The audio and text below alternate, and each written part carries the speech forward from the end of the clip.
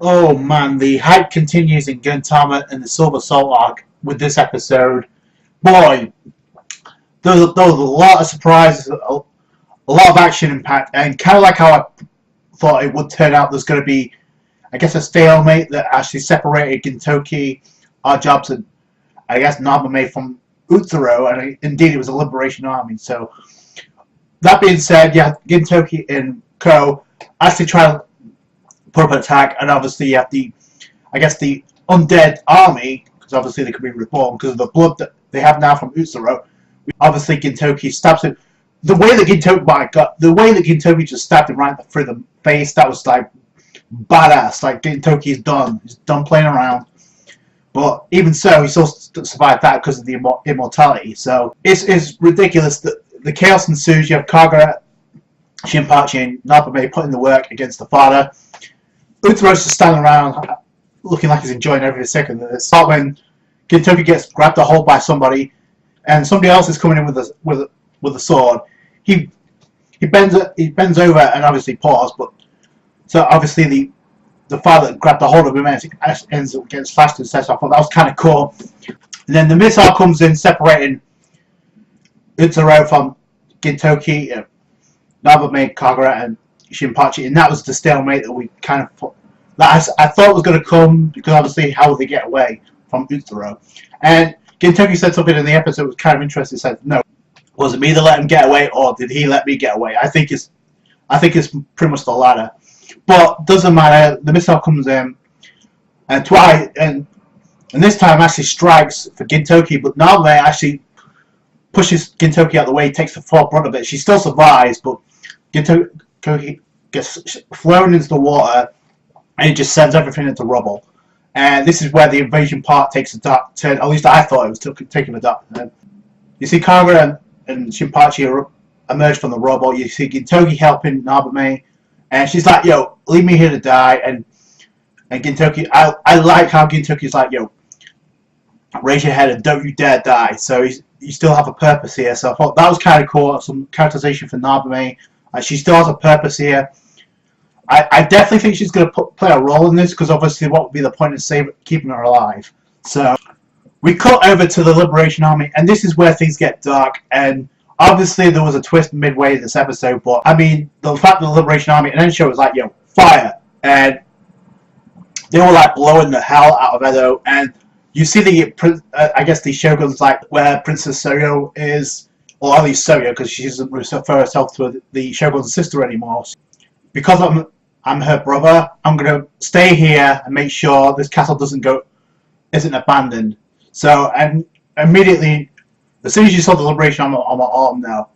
And I'm not gonna lie, the moment when Ensho sets a fire and you see the missile coming towards Soyo, and that's pretty much the explosions, I thought, dude, this arc just got dark. Like, seriously, the first casualty is gonna be Soyo?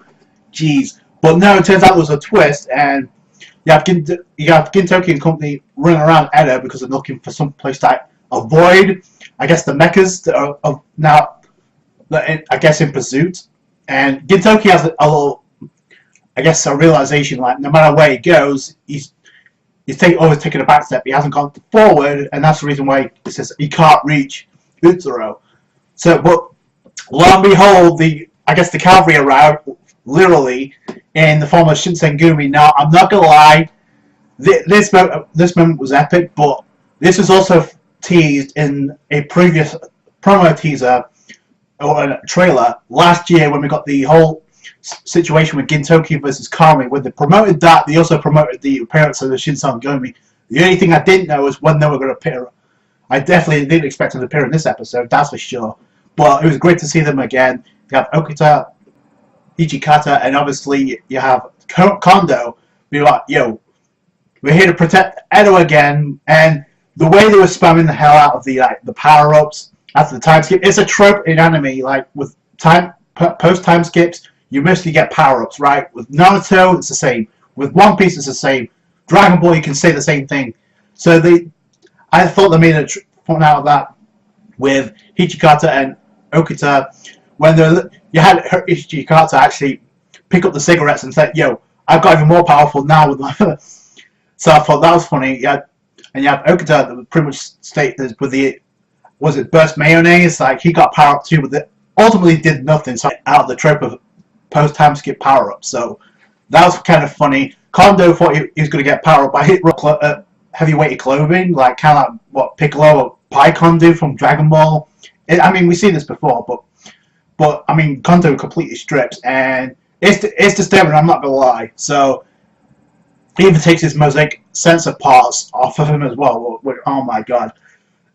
Even in a dark episode like this, or previously considered to be dark, but you still have room for lighthearted comedy, and all in my mind is where and we get appearance from Sagayama. I guess is just buffed up now. He's just been. I guess he drank a fair share of protein shakes, or managed to get buff in the previous time that we saw him. So that's kind of interesting.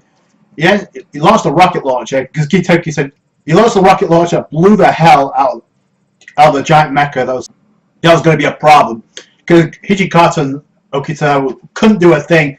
But it is good to see the Shinsengumi again, and actually they actually protected Princess Seyo from actually getting obliterated because the missiles counteracted each other. It looked like the room where the Princess Seyo was standing in got nailed. I'm not gonna lie. So I don't know what's gonna happen next. It looks like we're gonna get introduced to a new character as well. We get see cameo shots of Tomo and Otai. So I'm not too sure what they're gonna do.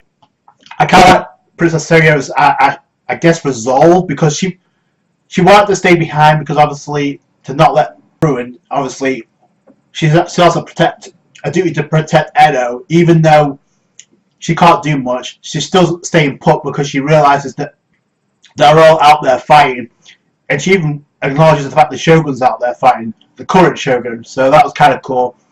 So get some characterization for her. And I guess she got saved in the end, so I guess now the question is, what are they going to do with Shinsengumi there? So that's kind of cool to see them again. I can't wait to see what happens next. This arc just gets more intense, and it's kind of back to what I said in previous reviews. The fact that we got the Shinsengumi, I definitely foresee Sosuke Takasuge making an appearance and making a stand. I don't know if he's going to team up with Gintoki, but he's definitely going to make an appearance. That I'm so certain of. But that's it from me. Thank you so much for watching. Like this review if you did appreciate that. Subscribe to the channel for more Gintama. Catch you guys later.